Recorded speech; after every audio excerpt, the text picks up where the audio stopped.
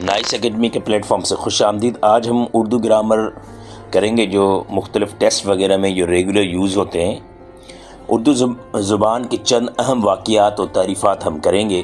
پہلے ہم حمد کہتے ہیں اللہ تعالیٰ کی تعریف کو، نعت کہتے ہیں رسول اکرم صلی اللہ علیہ وسلم کی تعریف کو، قصیدہ کہتے ہیں کسی بھی شخصیت کی توصیع نظم۔ آپ یہ قصیدہ صحابہ کرام کے اوپر یا کسی شخصیت کے اوپر آپ قصیدے ان کے گن گاتے ہیں، جس طرح کہتے ہیں کسی شخص کے گن گانا تو لوگ کہتے ہیں قصیدہ پڑھ رہا ہے بھائی اس بندے کا۔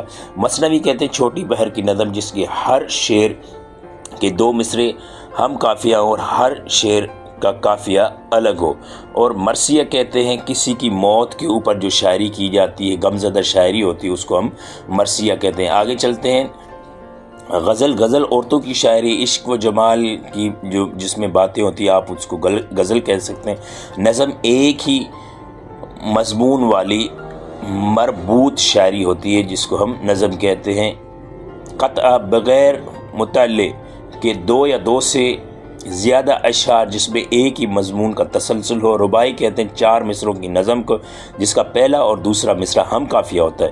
مختصر کہتے ہیں وہ نظم جس کے 5 مصرے جس کے بند 5 مصروں کے ہو۔ اور مستس کہتے ہیں وہ نظم جس کا ہر بند 6 مصرے ہوں۔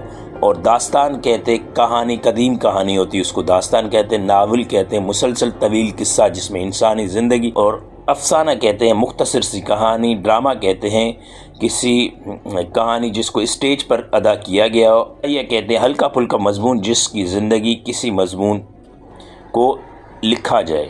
خاکہ کہتے ہیں کسی شخصیت کی مختصر سی جامع تصویر کشی کرنا یا اس کی خاصیتیں بیان کرنا۔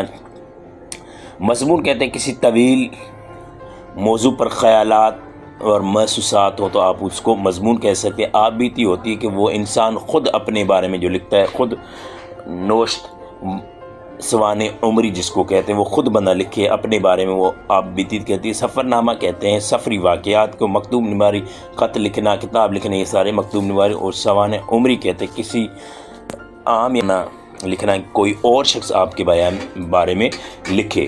تو دوستو یہ ویڈیو کیسی لگی آپ نے ہمیں کمنٹس باکس میں بتانا ہے۔